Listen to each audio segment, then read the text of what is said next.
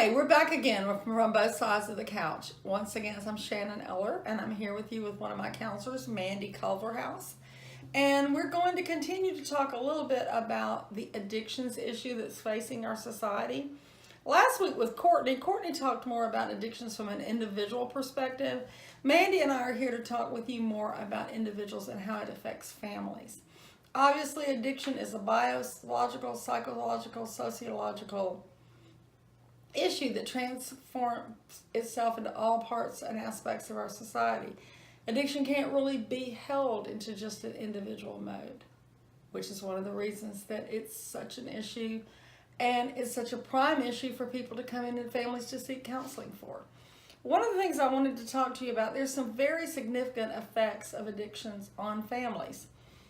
Physically, child abuse, domestic violence, arrest, those skyrocket with addictions. Emotional abuse, the fear, shame, guilt, embarrassment, feeling like that your family or yourself has something to hide, that you're in the closet at work. People lose their jobs, families break up, divorces happen, there are drug-related crimes, people go to jail. All of those things are issues that our society is facing. Typically when families feel that they have secrets, or they're coming into counseling and they have to be loyal and they have an agenda and they can't break the family codes, that hinders the process. It's a huge barrier for the process for getting down to the business of counseling. Caretakers become helpless. They feel like they're helpless. They begin to be burned out. They're not quite sure. It's all sometimes the very people you turn to for help are the very people that are not going to help you. And feeling like that you have such limited resources in the community. Children become parentified and adultified. The parents aren't stepping up if the adults are not doing what they need to do. Older children find themselves in the position of trying to fill that role without the necessary resources to do that. Sometimes younger children are not getting the care and support that they need. Defects, the court systems begin to come in. The school systems begin to come in. That's how families become referred for counseling. And then you come and see our lovely Miss Mandy. Tell the folks what you do and who you are, Mandy. Hey, I'm Mandy, and I am an LAPC here at Brighter Tomorrows, and I primarily see little kids. And I started that when I started teaching 10 years ago. And you know, it's just, they always say that addiction is a family disease. And it is, because you have these kids coming in and, you know, just like you said, they are parentified. And the littles, you know, I primarily see the littles. And, you know, there are a lot of behavior problems there with children. They become very dysregulated. Yeah. Their families are angry and dysregulated or in depression, and the kids mirror that and don't know how to help that. Tell me what kind of kids you saw in the school system. Well, primarily in the school system, I worked with kids with special needs. Okay. And you know, not only intellectual needs, but behavioral needs as well. So and I saw a lot of addiction there. Right, and that skill has overlaid itself to help you with what you're doing now. Absolutely. Okay. And one thing that's important to remember about families and addictions, and if you're a client looking at this video, we want you to know that we want to support you. Most families love their children, even if they make mistakes. Even if they find themselves in trouble with the police or with having a defects case plan, families love their children. Most people do the very best they can with what they know. The key is to learn something different, do something different, and obtain different results. Tell them kind of what you do with the children that come in to see you. Well, with the kids I see, we do a lot of play therapy. And, you know, that could be art therapy, that could be sand tray. We have music. We have music. Outdoor classroom. Absolutely.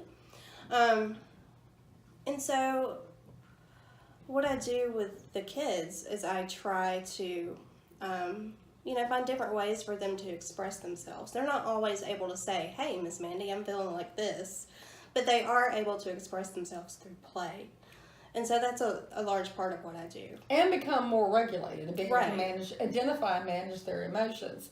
One of the things that we try to do with families, we really want to help families feel supported and be able to find support for themselves, come out of kind of an enablement mode or burnout mode. Communication skills, problem solving, decision making skills, roles and boundaries, limit settings, some safety planning for the smaller children, some boundaries for the older children, some support for the families. At Brighter Tomorrows, what we do is we're very positivist oriented, healing over pathology, hope and respect over burnout, support versus enablement, proactive help versus dependency, responsiveness, help over denial, and action over talk. So I'm very happy that you have a chance to meet Mandy. Part of the purpose of this blog is for you to meet the counselors that we have. One thing, when we're doing clinical work with children, one thing we want to identify are the goals of misbehavior, right? Kids have reasons for what they do. Absolutely. We're goal directed and purpose driven, and we're trying to meet our needs, even if we meet them in the wrong way. How do you redirect that? As far as the Children that are looking for revenge or power, or children that are angry, children that are feeling like they've been scapegoated or they've been the invisible child in there, or just too much has been put on them because they've been responsible for the younger children. How do you kind of redirect that? Well, I look at what it is they are feeling, and try to find some kind of coping skill that helps them deal with the anger, deal with the hurt, and The reality of their lives. right. And then we can come back with the families and try to do some education and support to start changing that dynamic Right. in their family. Right. Change is hard, but change can be good. A lot of times they're hidden family rules, hidden agenda, a lot of nonverbal communication. We want to see improved parenting skills, improved communication skills, reducing shame and stigma and embarrassment, and learning how to have leisure and socialization skills without substances, without alcohol. Break that pattern so that our clients and our families that come in, we want to see change affected so that their children are not one day sitting in a counselor's office with their children, reliving the same generational and familial patterns. So I wanted you to just kind of wrap up what you want to say and invite families to come and see you and partake of your special skill set. Okay. Well, I am Mandy, and I do play therapy. I work with a lot of kids. I've had many years' experience working with children. And as far as addiction, I focus on the child's role in that family and those emotions that they have towards the addiction. And so I would love to see you guys come see us. Ask for Mandy. One thing that we want to do too is with the family support, there's going to be a link on this blog that is 6 skills for families affected by substance abuse. It's got some websites. It also has some healthy tips on how you can work with the addiction problem, how to separate yourself and detach from the problem. Much easier said than done. Set roles and limits and boundaries within your family members. Solidify your position, find out where you stand, and stay there. Support sobriety. It's a process. Recovery is a process. Everyone gets sober. Meth addicts run out of substance, they pass out, they wake up sober. It's not a recovered lifestyle. So we want to support sobriety. Simplify yourself, get small goals that you can attain, and sustain yourself. Please give us a call if you're a client. And if you would like to see Mandy, you can ask for her by name. But give us a call. We'll be happy to do our very best. I would never tell you it's going to be okay, but it can be better than it is now. If you're a counselor, please look at the resources and articles we have for you. And call in if you're interested and ask for the workshop, Addictions counseling, family involvement, enablement versus support. A lot of good information in there that will help you. A lot of counselors are very uncomfortable with addictions and not quite sure how to provide the right kind of treatment. Please give us a call, and we will look forward to seeing you again next week.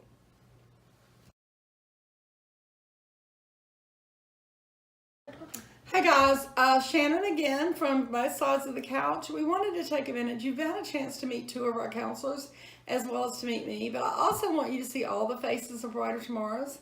We have quite a large administrative staff. It's needed to facilitate a program of this size and the diversity of services that we offer. As I told you in our very first vlog, we have a nonprofit. We have an educational arm, Brighter Tomorrows Consulting Institute, with workshops and our mandated programs and our workbooks and handbooks that we sell, as well as our graduate level courses for people wanting to become an addictions counselor, a marriage and family therapist, or a play therapist. We have an entire back office where we do all of the administrative work with insurance companies and making appointments and paying bills, all the things it takes to run a big practice like this. So during the time that we're doing blogs with the workshops and with the counselors, I also want you to have an opportunity to be able to meet my administrative staff. So here are two of them. One is Donna Pope. I'm going to let her introduce herself, and Candace Reagan. Donna, tell us all about yourself, dear. Hi, my name is Donna Pope. I am the Direct Administrative Coordinator of Brighter Tomorrows. My job entitles overseeing the administrative staff. I also do accounts payable and receivable. I do payroll. I coordinate insurance benefits. If it's administrative work of any type, I do it.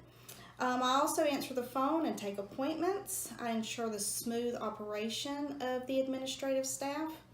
Although the counselors provide the services for our clients, it is important for it to run smoothly with a strong administrative team. And that is also part of my job, and to oversee the administrative team to make sure that all the counselors get what they need during the day. One of the reasons I wanted to do this blog is I think it is important for everyone to see all the faces of Brighter Tomorrows and meet all of the staff. We try to be very friendly and and welcome everyone in with open arms. So again, my name is Donna Pope, and I'm looking forward to seeing you. I can certainly back this up and endorse it, in that it's important to me personally that every staff member, even though they may not be clinical in nature, not be counselors, not seeing clients, but we're a clinical mental health and behavioral health practice. We're a counseling practice. Everyone here has to be prepared to meet our clients where they are and to support them with a warm and welcoming environment. We're not a state agency, we're a privately held agency, a privately owned agency. So we have flexibility sometimes that is not afforded to every counseling practice, in that we can pick and choose. And we have a culture at Brighter Tomorrows that when you come here, you're going to be welcomed, you're going to be greeted, you're going to be supported, you're not going to wait a lengthy time to see your counselor, and admin staff, administrative staff are going to be there supporting and making sure that your visit is pleasant. You weren't really doing everything you're doing when we first started. When we first started, we were really small. I was the only counselor here. And I answered the phone. And so and that was about the role of my job, was just to have someone to answer the phone and take appointments. But my job has grown leaps and bounds over the years, and I love what I do, and I love being here. So when you call in, the appointment line is 678-408-4622. Donna is one of the people, not the only person, but one of the people who answers the phone. She'll be happy to help you coordinate your insurance benefits, do our very best to find an appointment time that's going to be convenient and conducive for you and your family. So please give us a call there. You can always reach me at 770-468-7424. So I want to give you a chance to meet Candace Reagan. Candace is my personal assistant here. I didn't know that I needed an assistant until I got Candace, but I found out very rapidly that I did. She's also the teaching assistant for Brighter Tomorrows Consulting Institute. So tell the people about yourself, Candace. Hi, I'm Candace. I've been here now for about 3 years.